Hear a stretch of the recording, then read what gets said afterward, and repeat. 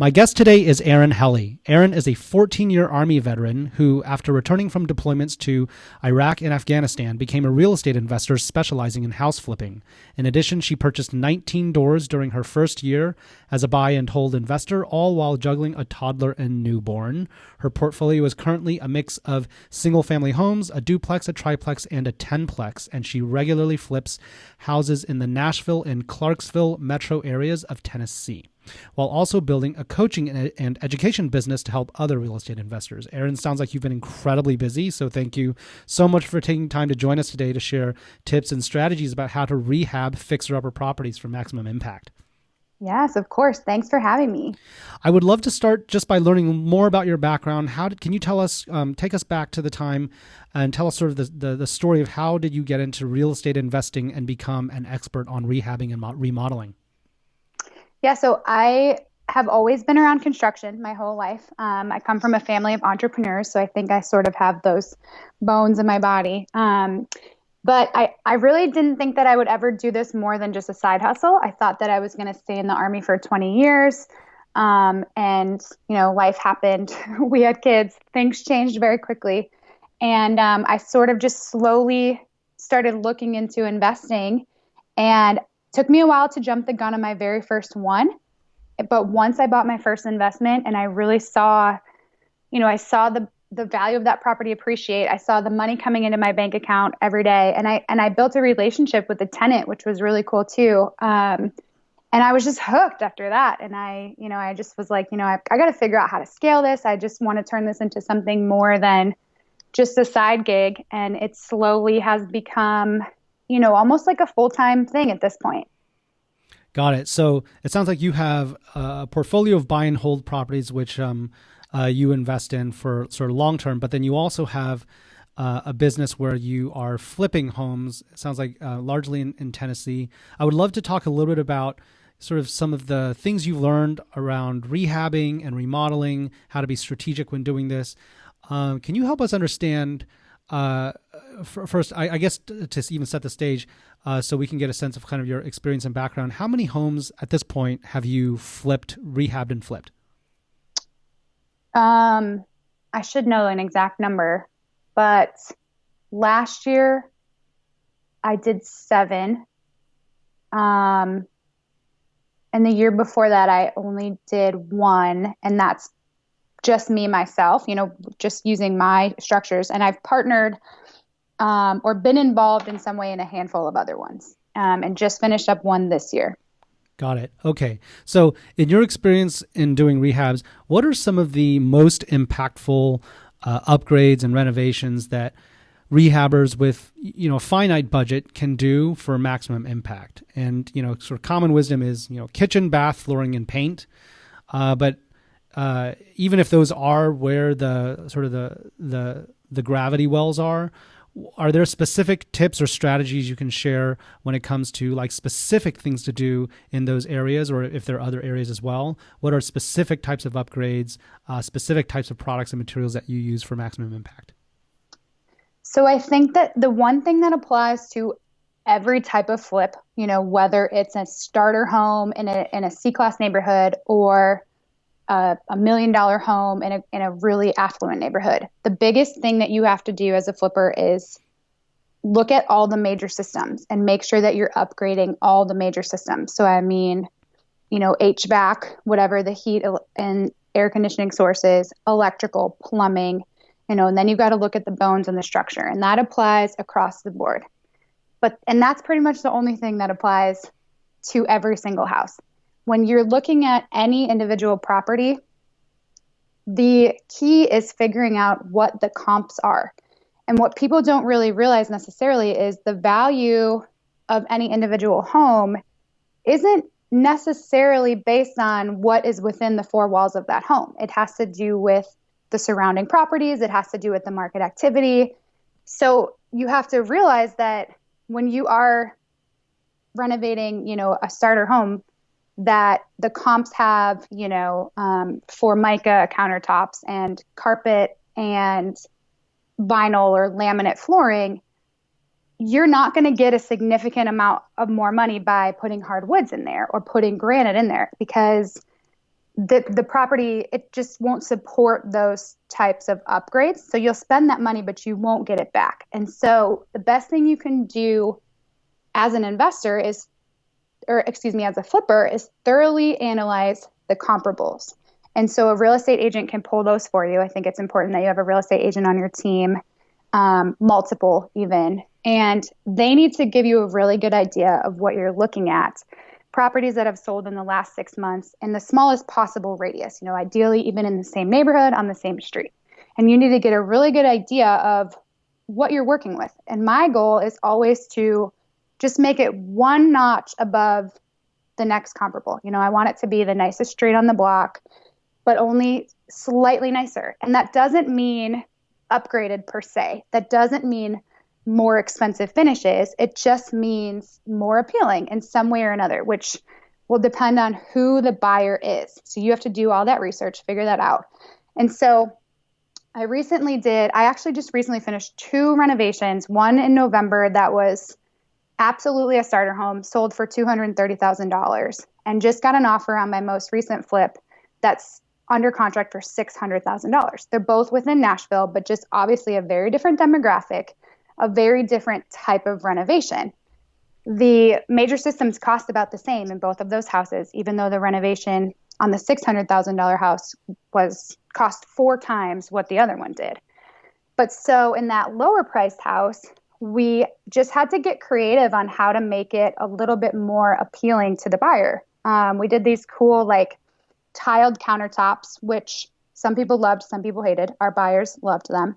And we did some cool drop light fixtures, which were really inexpensive. And then just a fancy backsplash, which was fairly inexpensive, but definitely an upgrade for that area. And the buyer loved it. So there are ways to, sort of upgrade it without spending a lot of money, but your upgrades just need to appeal to and be relevant to the demographic that you're going after. So hopefully that's a long answer, but hopefully that makes sense. Yeah, it makes sense. And so I guess to make it pragmatic for folks, how do you go to open houses in an area before you purchase a fixer property that you're planning to flip to kind of basically temperature check what the surrounding properties actually have in them, and then sort of taking a mental heuristic for what the average is to figure out how to go, just one notch slightly above that?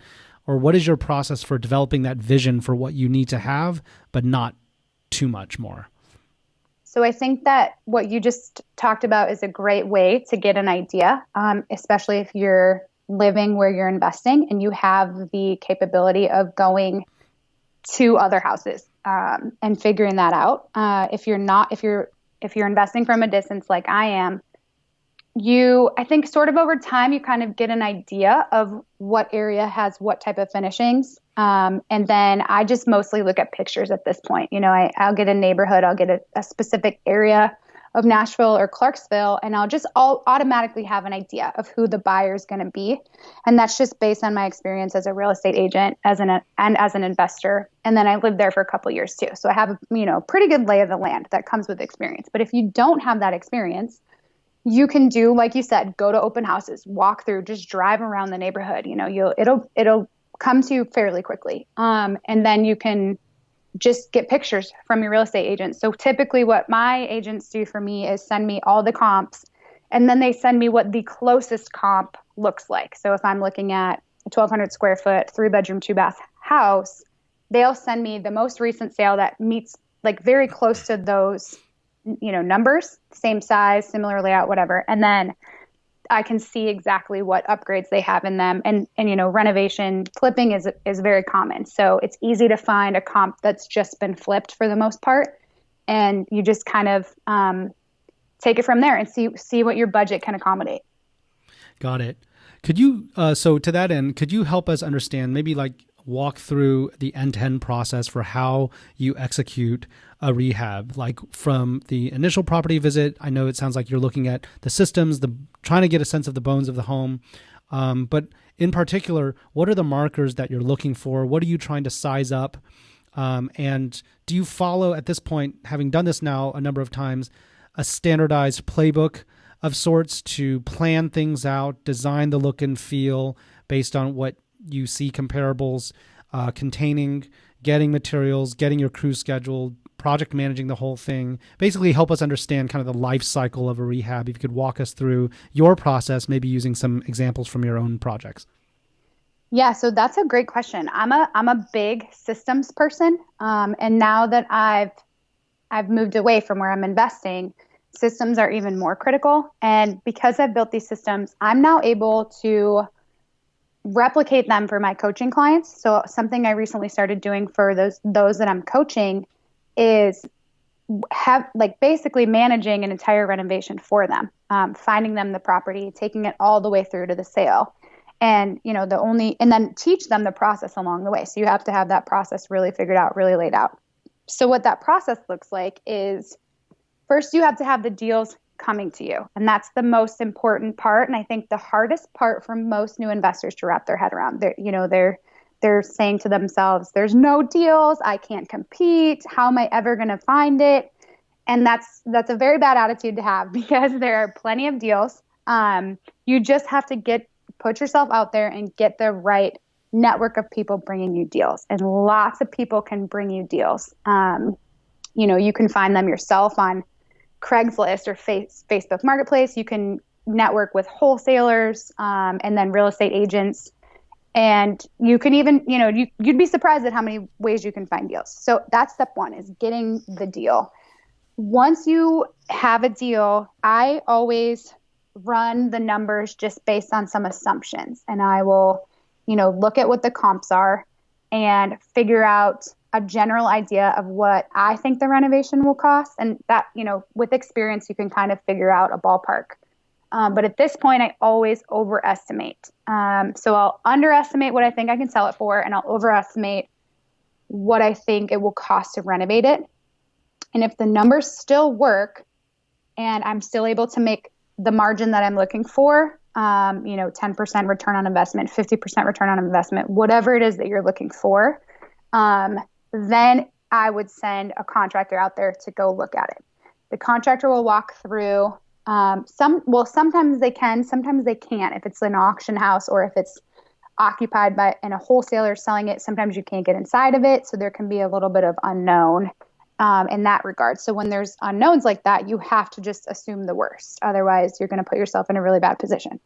So anyway, you figure out as much as you can about the house as possible, which is never going to be everything.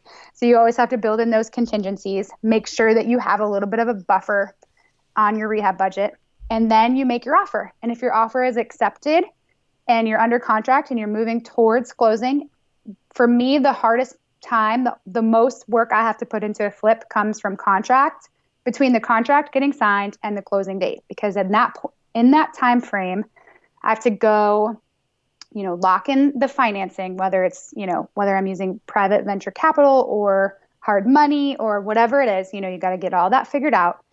You've got to coordinate with the title company to make sure that everything's on track. They have everything they need. They have your entity or your personal name information, things like that.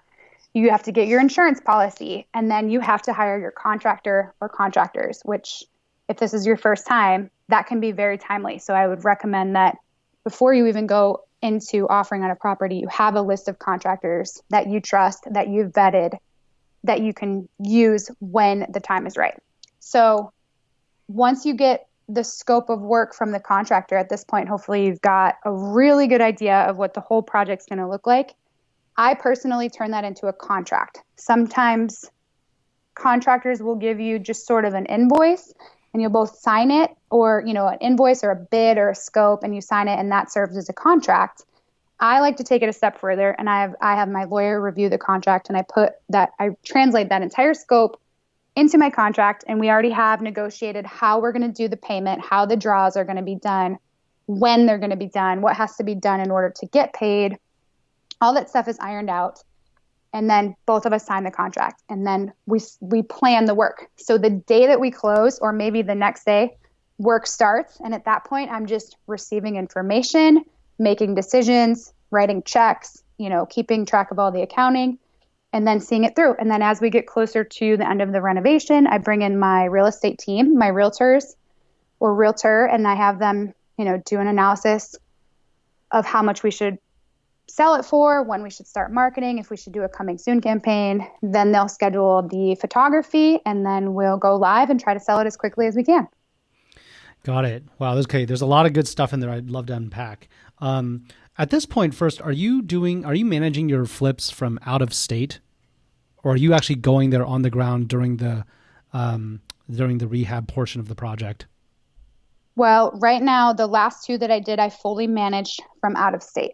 I have like periodic visits planned, but it's almost exclusively done from a distance with people on the ground that I can trust. Got it. So to that end, are you essentially using the same contractors over and over at this point? Because, and that's what's given you the confidence and assurance to be able to manage from out of state?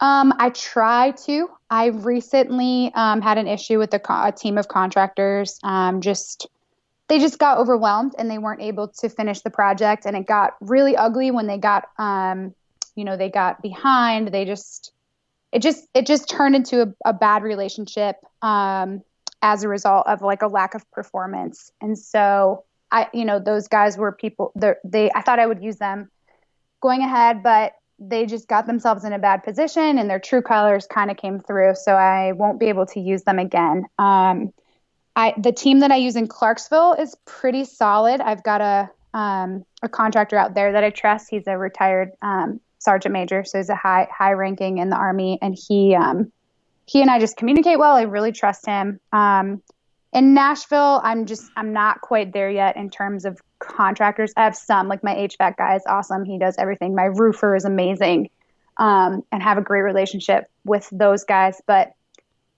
I'm not to the point where I'd want to be. And that is a significant level of stress. So we're closing on another one on February 6th, and we're using a new contractor. So there's a little bit of, anxiety there. So far, talking to him and watching him figure out the project and plan the project has been pretty telling. And I have a lot of confidence in him, and I've learned a lot from, previous contractors and previous relationships. So to answer your question, I'm kind of there, but I'm not quite where I'd want to be. And the other thing that I've learned too is that a contractor can do great work on one project, and then he or she can do poorly on another project. And that might be just a circumstance or situation, like based on their circumstances, what they're personally going through, or maybe they just don't have the expertise so that's, kind of a cautionary thing there. But anyway, the contractors I'm just totally rambling right now. No worries. I'm curious for your Nashville projects where, you're still figuring out, you're still trying to figure out who can be your recurring go-to folks. For those projects, are you still then flying in to stay closer to the projects, or are you also still managing those out of state? So I'm still managing those out of state, and I just have multiple, like checks and balances in place. I have project managers. I have the general contractor, and then I have a project manager, and then I also have inspectors. So anytime that somebody wants to be paid, it has to be inspected first. And that's part of the contract development process. That's probably the most important part, is having a conversation with the contractor about when they want to be paid, how they want to be paid, and then how, your expectations on that end. So this last contractor that I had an issue with, he would just send me a text and say, I need this much money. And he would expect it like within an hour. And I would have to explain to him over and over again that first you have to send me an invoice. Secondly, I have to get the work inspected. And then it's going to take a while to send you $18,000 or $20,000. It doesn't happen instantly.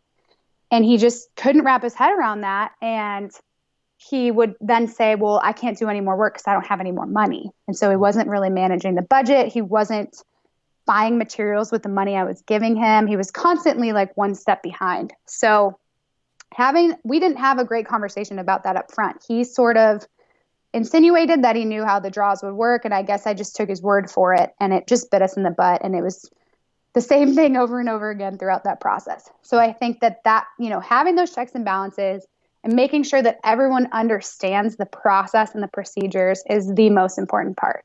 Got it. I want to dive into managing contractors in depth in a moment, but first, more on sort of general rehab strategy for each. Even if you manage a project from out of state, are you at least at some point during the project life cycle going in person to either do a final check or an initial kickoff or anything like that, or are there projects where you are totally remote from start to finish? So you actually never see the home in person. So the last two that I've done, I have not ever set foot in the house. But thanks to technology, pictures, FaceTime, Skype, all these kinds of things. Like I feel like I've been in the home plenty of times. I'm intimately familiar with every aspect of the home. There was only one time during this last project that I thought about flying out there last minute, but I ultimately decided not to because it would have cost me about $1,200, and I would have rather paid the electrician that I needed to hire that $1,200. So, and that was just because my project manager happened to be out of town. But I fully trust, really trust my real estate agent. My stager actually helps a lot of times with sort of the finishing. She's usually in there when a lot of the touch-ups are being done, which is a really important part of the process, especially if you have like a high-end house. And so she's been really helpful. And, having these people in there constantly and feeding back to me reports, based on what the contractors are doing. Because, you get one side from the contractor, and then you'll get something different from people who aren't those contractors. So I like to just keep as many people giving me information about the status as possible, which just kind of helps me with my peace of mind and understanding what's really going on with the project. But that has bit me in the butt a couple of times. Like one time, my real estate agent's assistant was walking through the house, getting it ready for someone to show it to somebody. And the light fixture right inside the front door hadn't been installed yet, and it was just sitting on the floor. And so she said to the contractor, put that under the sink or put it away in a cabinet because we've got somebody walking through the house. And so later, when I found out that there was just wires sticking out of the ceiling, that light fixture never got installed, my contractor said, well, Ashley told me that we didn't have to install that. And I was like, well, what she meant was just put it away for now, so it's not a tripping hazard when someone walks in the door. But you still need to install that per contract, to complete the flip. So that's just an example of one of the times where, there's been too many chiefs who aren't me. And sometimes the contractors, especially if it benefits them or if it's easy for them, if somebody makes a comment that they can run with, they will. Got it. At this point, where's your deal flow mostly coming from? Oh, lots of people. I've got 3 different wholesalers that feed me deals. I've got a team of realtors in Clarksville and another team in Nashville that are feeding me deals. I just occasionally will look around on Facebook Marketplace, which is a great place to find for sale by owners or even very, very motivated sellers. And Craigslist too, which Craigslist you just have to be a little bit wary of. It's easier to vet people on Facebook. So yeah, there's not a day that goes by that I don't get a deal in my email or in my, text message. And that's just because of the relationships that I've developed, and people know what I'm looking for, where I'm looking. And so when they see something, they think, oh, Erin might like this, or Erin would jump on this, and send it over. And then they also a lot of those people know sort of my system and the way that I do things, and they'll be prepared to, with that information. Got it. So it sounds like you're not really purchasing off the MLS. It's all off market pretty much. Pretty much. I have found a couple on the MLS, but really to get that you need to be at the 70% market value typically, just to make it worth the flip, because flips are, it's very expensive to sell a house. It's very expensive to get financing. So you have to have a good amount of wiggle room, which you absolutely can find that on the MLS, but a lot of times it's easier to find it off market. Got it. Yeah, that makes sense. A lot of sense. Okay, so when you are thinking about making an offer on a fixer property, and it sounds like particularly in situations where you're not going to visit in person, then you're having an inspector go out to do the walkthrough due diligence on your behalf. Is that right? Yes, exactly. And so are you hiring basically a vendor that specializes in property inspections, or a dedicated HVAC inspector, et cetera, to assess and audit all the systems? No. So I actually used to hire an inspector every time. But I've learned that at least in my experience, I'm sure this doesn't apply everywhere, but contractors tend to know more about about the systems and about the state of the house and about what it's going to cost to bring it up to life than an inspector will. And I just actually got a house inspected this past week because we bought it from a distance. Our 1-year warranty, it was a new build, so we had a 1-year warranty, and that is coming to expire here in February. So since I've never lived in the house, I've stepped in the house like twice. I got an inspection done on it. And the inspection report came back, and it's like, there may be a defect here, but you need to get it inspected by someone who specializes in this or someone who's trained in this. And so that's typically what you get with an inspection. You get sort of, this needs to be further analyzed. And so I've just kind of found those reports to be pretty useless. So I sort of skip that part, go straight to the contractor or the general contractor, because they're the ones who can not only tell you what the issue is, but they can tell you how much it's going to cost to get it to the point where it needs to be. Do you bring in a few people to basically get a second and third opinion when this happens? I guess, how do you manage the conflict of interest that can arise if you just have a contractor who might actually get the work also be diagnosing the problem too? Well, that is a very difficult, is hard. I think that, so we just got sort of a scope of work from this project that we're going to close on the 6th of February. And he gave us sort of an idea of what each general, thing is going to cost.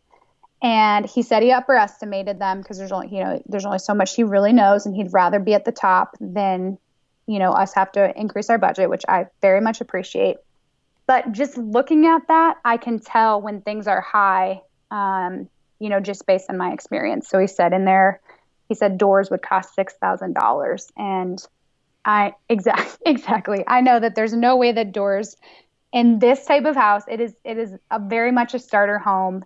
If we had to pay $100 for an interior door, that would be a lot of money.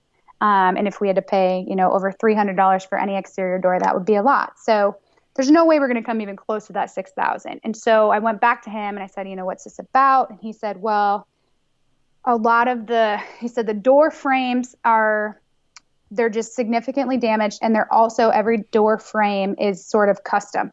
And so he's like, we have to take all the doors off, all the frames, and we have to cut them out to put a standard size door in there. Otherwise, we'd have to go and get a custom door, a specially made door, which is going to cost way more. But anyway, he did admit that was still high. And, he's like, we'll just kind of have to cross that bridge as we get in there, because like he said, every door is a different size. And I've actually encountered that same issue on another flip as well. So I think you just kind of have to have that conversation, keep the conversation open.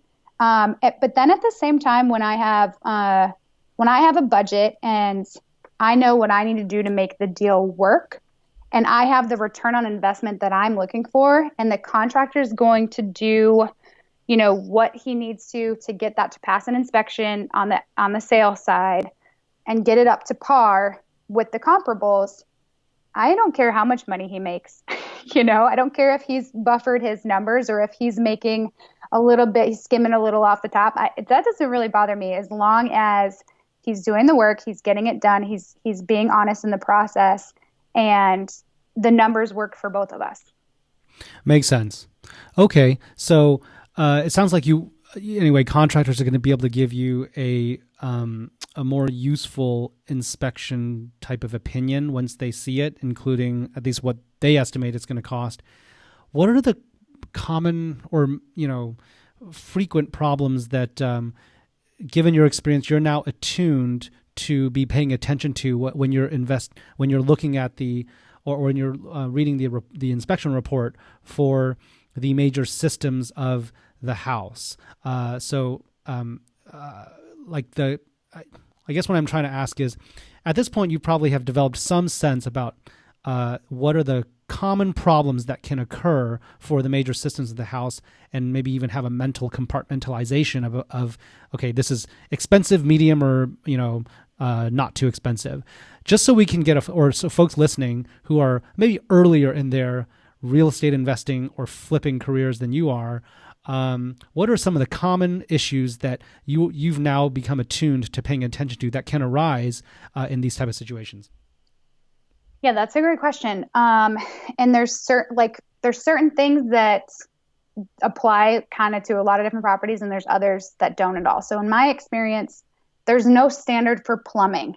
There's no way for me, at least, to just gauge what plumbing, what issues we're going to come across with plumbing. I've worked in houses that were built in the 2000s that have had major plumbing issues, and I've worked with houses that were built in 1930 that have had no plumbing issues. So I don't have anything really to say on plumbing. Electrical is a lot different. I think that as long as it's been upgraded or built after like 1970, then that the wires in there are usable, are up to code, are going to pass an inspection if it was done right at that point.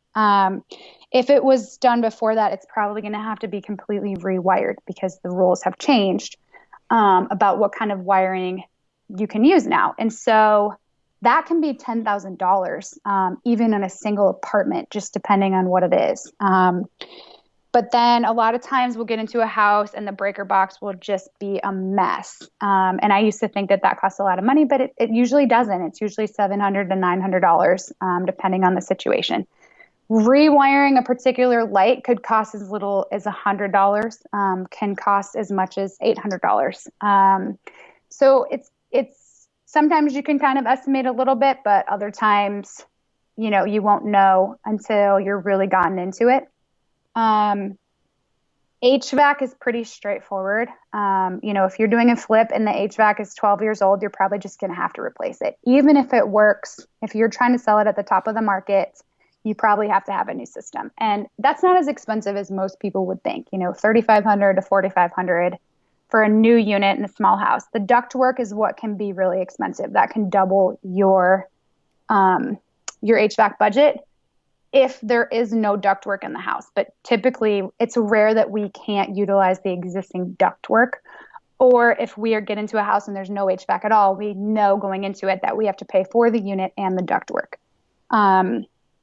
But to me, that's the best case scenario because you know exactly what you're getting into. That number is not going to change. But when you go into a house and it has, a 6-year-old unit and you think it's probably going to be fine, it will just need a quick service, and you estimate $500 and then come to find out that you need another unit and you need a splitter and you need to fix this ductwork, and now your $500 just became $10,000. That's obviously a huge setback. So really, I guess I'm saying there is no rule of thumb. There's no standard. Every single house is different. I think what any flipper, any investor really needs to wrap their head around is sticking to a budget. So no matter what, if you have a budget and you go above in this area, it has to come from somewhere else. There might be situations where no matter what, you're going to have to increase your budget. But I think before you go there, the mentality has to be that it has to come from somewhere else. So let's say you encountered that situation that I just said, where you thought it was just going to be a service on the HVAC, but you end up spending $9,500 extra. And then let's say you had $15,000 set aside for the kitchen because you were going to replace all the cabinets. you were just going to do a full gut. Well, now maybe you have to keep those cabinets. Maybe you have to rebuild out the base of them because there's some water damage, and then you have to paint them.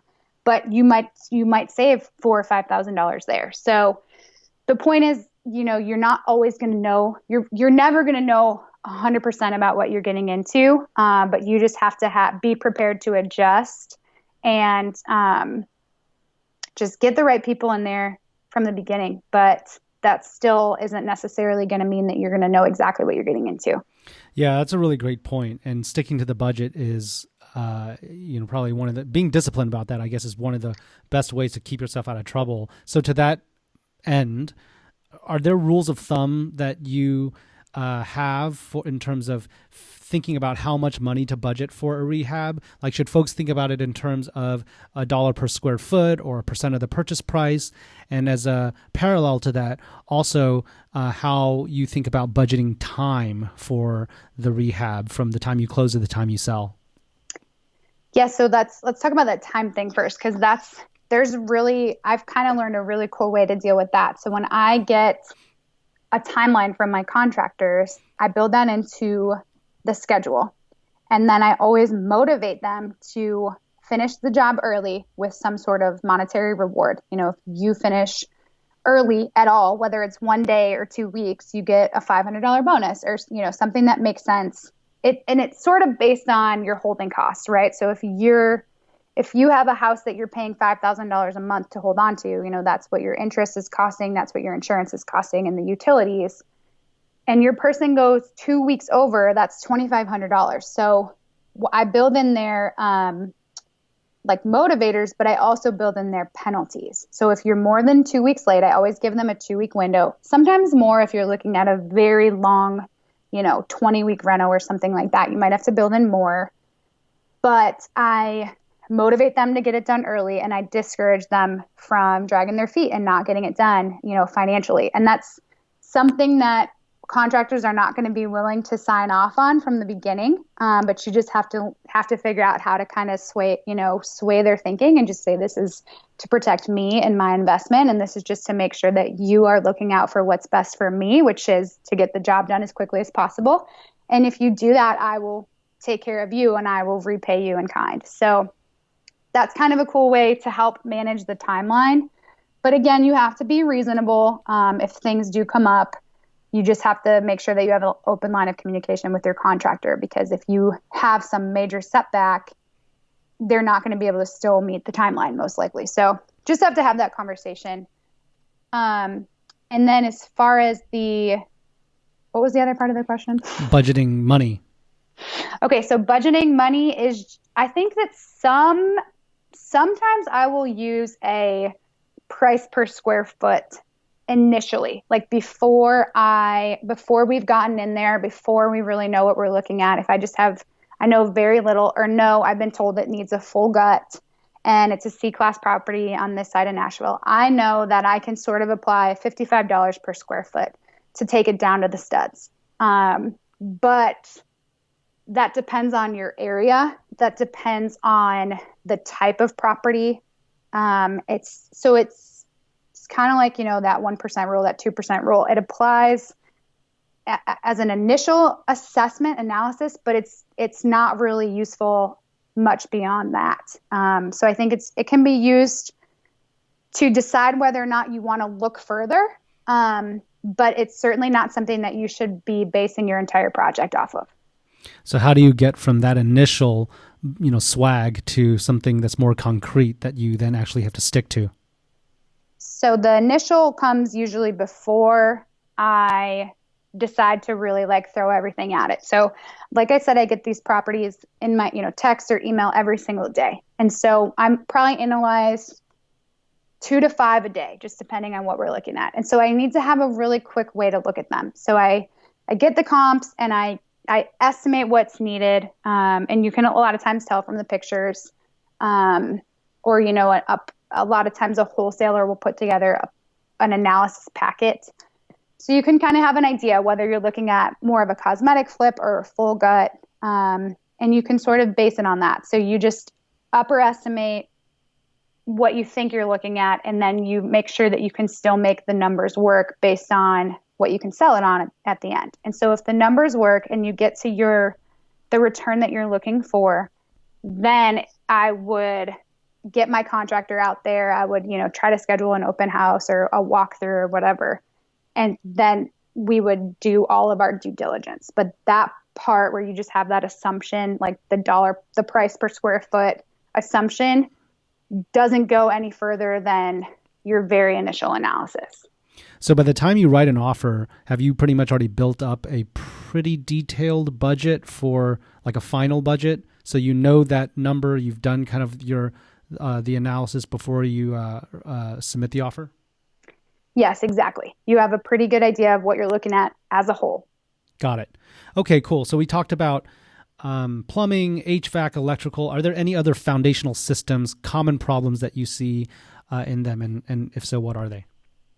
So I guess the next big ticket items are going to be the roof. You want to just get a general idea of the age of the roof and the shape of the roof. And then you're looking for any kind of soft spots in the floor and the roof, because even if there's a soft spot in the kitchen and you know what it's going to cost to replace or reinforce those floor joists, if you don't know what's causing that issue, there's no way you can budget an amount. Is it because of the foundation? Is it because there's moisture under there? Is it termites? Like, if you don't know what the root cause of it is, it's going to be hard for you to figure out what it's going to cost you to replace it. Okay. Any issues that you commonly see when it comes to foundation? No, I've only done one flip that had foundation issues, and it scared the crap out of me. But I bought it because the wholesale company already had a foundation guy out there, and they attached a bid to the property analysis packet, and it was probably one of the most straightforward things I've ever done. He went in the day of closing, got it all done, and 2 days later we were doing the renovation as if there was nothing wrong with the foundation. So I say that, don't be afraid of foundation issues, but make sure that you know what the actual fix is, which just requires a foundation specialist. Got it. Okay, cool. So now that having done this many times, do you tend to execute either, if not the same rehab plan or design for every project, then at least very similar plans, or do you tend to vary it up? And what makes you decide one way or the other? So mine they're very different, and it's always dependent on the house and the comps. So, occasionally I try not to move walls if I don't have to. I try not to rearrange a lot of stuff because that requires permits, which take more time, which can cost more money, inspections, things like that. So I avoid those things as much as possible. And then I just try to augment the existing structure and the existing house. I just try to make that house better. It's rare that I would just try to go in there and rearrange everything and, take it, to go to the point where I'm moving things around. But occasionally you'll need to add a bathroom just based on what the comps are. You might have a fairly big house that has 3 bedrooms and 1 bathroom, and just doesn't really make sense from a buyer's perspective. So it might make a good rental, but most buyers, most homeowners want at least 2 bathrooms. So in that case, you need to look at kind of the bang for your buck. You need to decide, if you do add a bathroom, how much is that going to cost? And then how much is that going to increase your equity? How much is that going to allow you to sell it for? So if it's going to cost you $15,000 to build a whole new bathroom, add a whole new bathroom, but you can sell for $25,000 more, that's a no-brainer to me. But if you have to build a new bathroom for $15,000 and you can only sell for $15,000 more, that's going to require a little bit more analysis, because now you're adding more time to the project, which increases your holding costs, and then you may not even get that money back. So basically what I try to do is just keep the house as close to what it looks like as possible and just update it, bring it back to life, and, make it look better than what we're competing with down the street. Got it. Okay. So now I'd love to turn to the sort of the intricacies or skills involved in working with and managing contractors. Can you talk a little bit about best practices that you've learned for how to find quality contractors who charge reasonable rates in the first place and how to vet them effectively? Yeah, that's a loaded question. Because I've done this before. I've gone through the whole process and then hired somebody and they've, not come through or walked off with some money. So I say that because there is no guarantee. People are people and there's only so much you can kind of know up front or, really know before putting the pressure on someone, which is really when things typically go south, is when they get overwhelmed or there's just too much pressure on them and things just get ugly there. So I think the best thing you can do is get recommendations, get referrals, find people that have used these contractors, know them fairly well, and can vouch for them personally. I've sort of learned that the most important thing when you're vetting a contractor is that they're a good person. I think that if they're a quality person, they do what they say they're going to do, and you can trust them. You can take their word. That to me is almost more important than the end state. Their work quality. And I think that because, like I said before, quality can change over time. But as an investor who's got a lot of money invested in any one project, you need to know that what they're telling you is true. And you need to know that you can trust them to give you the real deal of what's going on with that property. So the best way to do that is to, find somebody who can vouch for them. And then that's when your sort of investigation begins. You want to check all their reviews. You want to check the Better Business Bureau. You want to ask anyone and every one that you can about them. Facebook is a great resource for this. There's a lot of investor pages. And what I will do is I'll put out there, hey, I'm looking for somebody to fill a pool. Who do you guys know? And a lot of times you will get the same person repeated over and over and over again. And then maybe you go back to the person who tagged them and you ask them their experience with it. And then you look at the reviews that people have posted on their website and on their Facebook page. And you kind of go from there. And then you set up an interview, which for me is typically over the phone. But if you can do it in person, that's a really great opportunity to get to know them. I think that you can tell a lot about a person based on their physical appearance. If they look put together, you can tell a lot about, in my experience, a contractor based on the state of their car. If there's just trash all over the car, that's probably what your project is going to look like.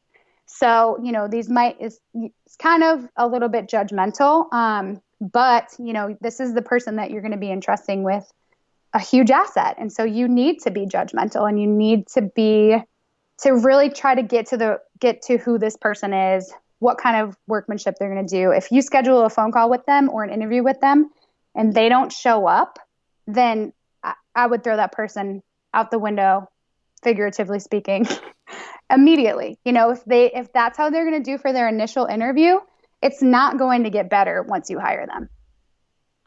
Right. Do you ever use these services like Thumbtack or Yelp for finding leads? And if not, what are some of the drawbacks that you have found with them? I've used them usually like after I get a referral or after I find somebody. And that's just part of like me checking up on them, checking their reviews, seeing how they're rating. But I've never actually used that to find a lead, I don't think. Got it. Okay. So after you make initial contact and you decide you would like to work with the contractor, what are some of the best practices that you have discovered for, managing the project and managing them? So this kind of goes back to what we were talking about before, where you just have that open communication. I think together you develop sort of reporting requirements That's totally a military term, but you have to decide collectively how you have to let them know how you want to receive information, on how often and what format, and sort of give them left and right limits for making decisions. Like you might tell them, hey, if it costs under $500, like go ahead and do it. But if it costs more than 500, I need to know right away, and I'm going to make the decision on that. Whatever their limits are, their restrictions are, it's just important that you both know that. And you want to encourage them to over communicate, especially if you're doing it from a distance. And then, like I have found, because I've had some issues with people sending me information, and I will just send them an example of what I'm looking for. I will say, I want to know, every Tuesday, Thursday, and Saturday, what you've accomplished since your last report with pictures. And I want to know what your goal is and what you're anticipating that you're going to accomplish until your next report. And I want to know what issues you have and, how I can help. And I will sometimes have to show them what that looks like. And that has been helpful for me to sort of build a template. And then because sometimes I think they get so overwhelmed by sort of the admin side of it. And you want to be careful not to do that, because a lot of these contractors, they might be really good at what they do, but admin and paperwork and all that can be really stressful for them. And so you're not trying to add to their plate, but you're just trying to make sure that everyone's on the same page. And you just want to make that as seamless and as simple as possible. And so I think that bringing them into that conversation and asking them how they'd like to do it is a really good place to start. Even if you build a template, have you found success in getting them to give you those kind of status reports? I personally have never been able to do that. And I managed my fair share of contractors too. Right. So in the short term, yes, I will send that to them, and then the next 2 times they'll do it, and then they'll kind of fall off the wagon. And so what I've kind of learned is when they do something that I'm grateful for or like approve of, I guess, I will make a really, really big deal out of it and really praise them for their efforts and what they've done. And I find that helps to kind of encourage them to keep doing it. But it is an endless struggle. It is a vicious cycle. And it's just, you do the same thing over and over and over again. Yeah. I mean, at the end of the day, they're tradespeople, so they're good at the craft, but they're not administrators, as you said. Exactly. You mentioned you try to get them to sign a contract, which you would have reviewed with your lawyer. Have you been able to get them to do that consistently?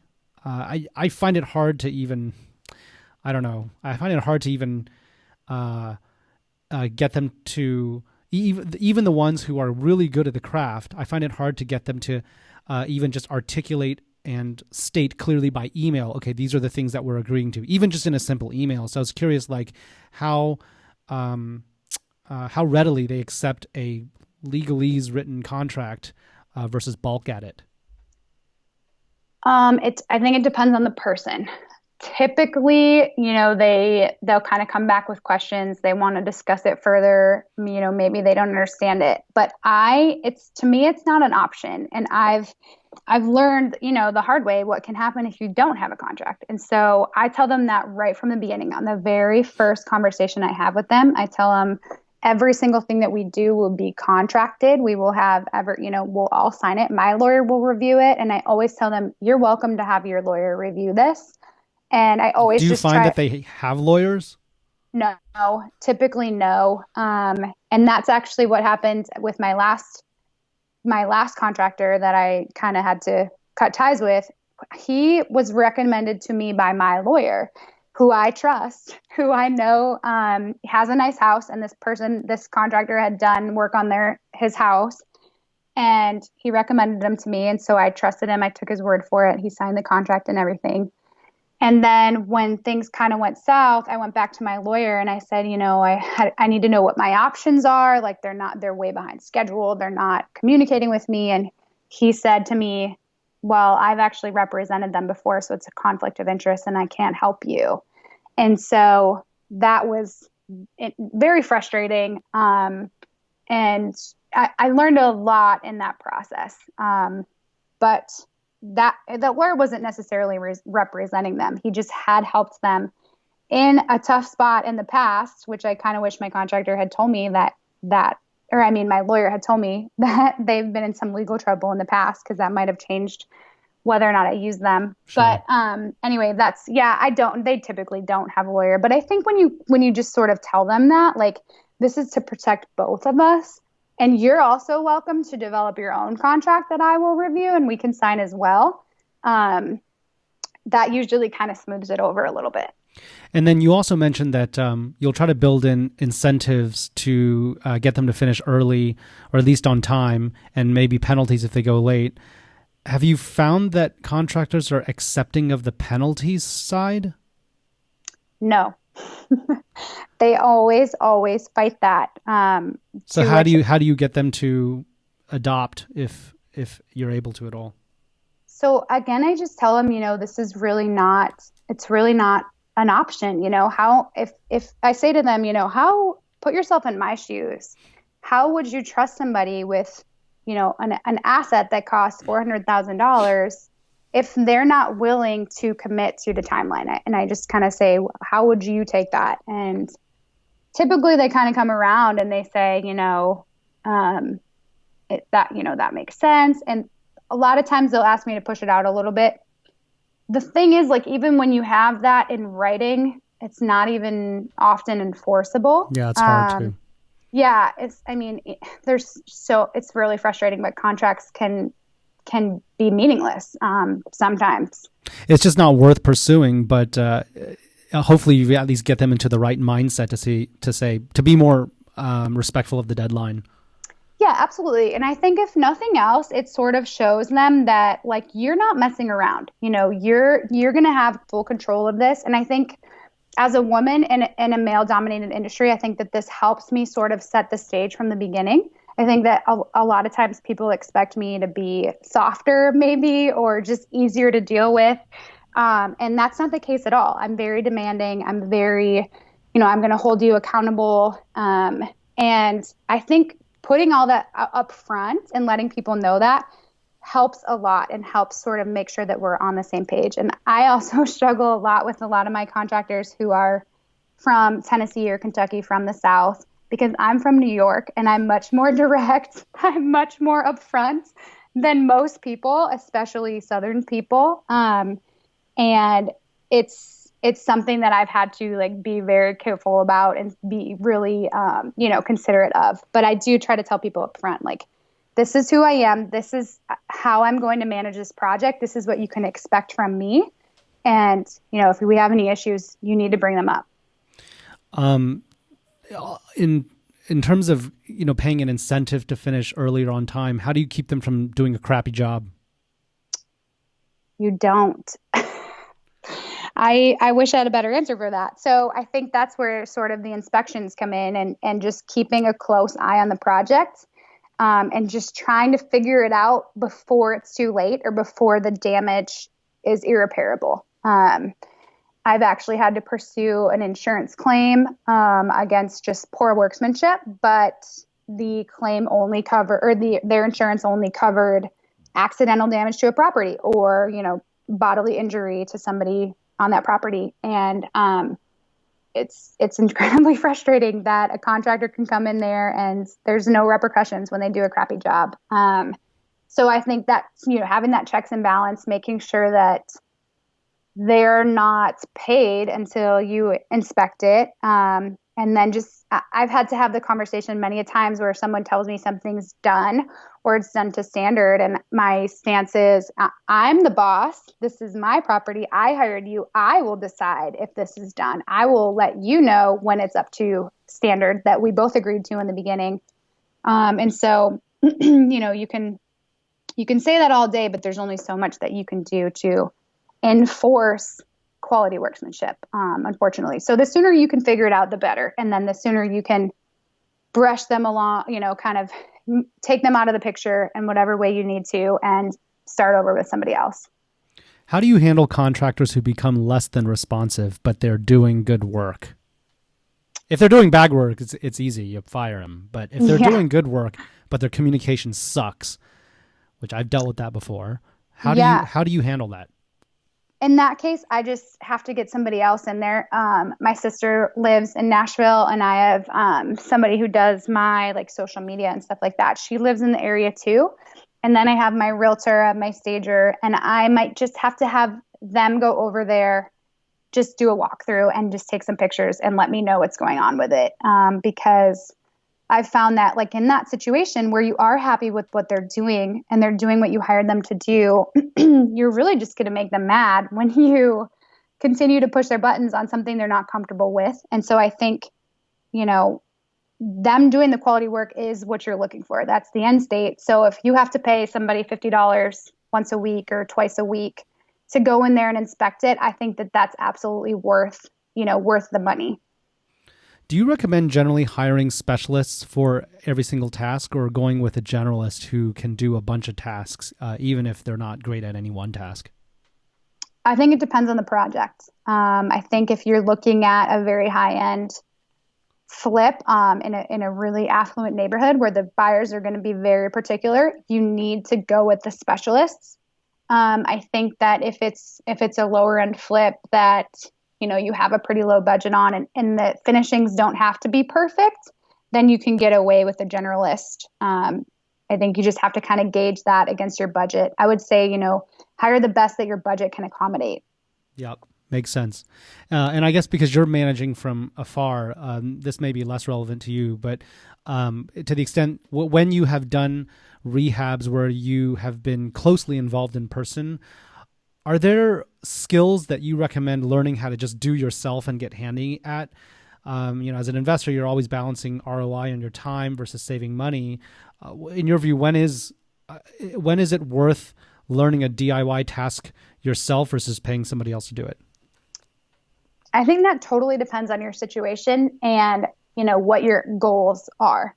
When I first started out, the first flip that my dad and I did the majority of the work, and it was because I didn't have the money. I tried to hire a couple things out, but was unsuccessful because, some things I did hire out. I had to have somebody do the electrical. I had to have some plumbing done.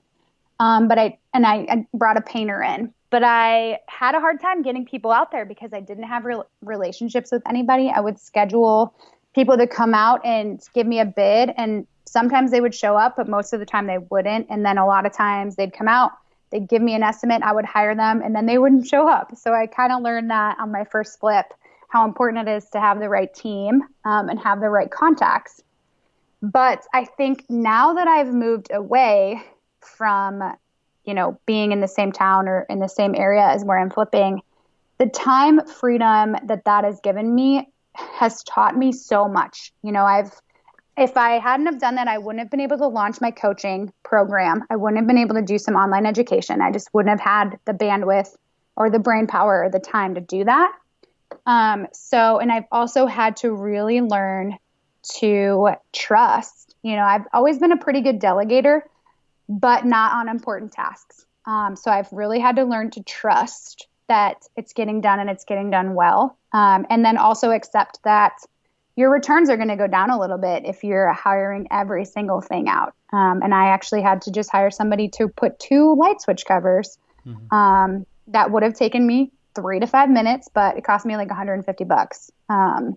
So, that's just dependent on what you want to do. If you want to be active, if you want to be managing the projects, you can definitely save a lot of money on those types of things, and you'll be in more control. I guess maybe the angle I'm curious about is the rehabber who prefers to hire it out but would reluctantly do it, and has the ability to do it, or at least the ability to learn, is not somebody who's like, oh, I can't touch a hammer.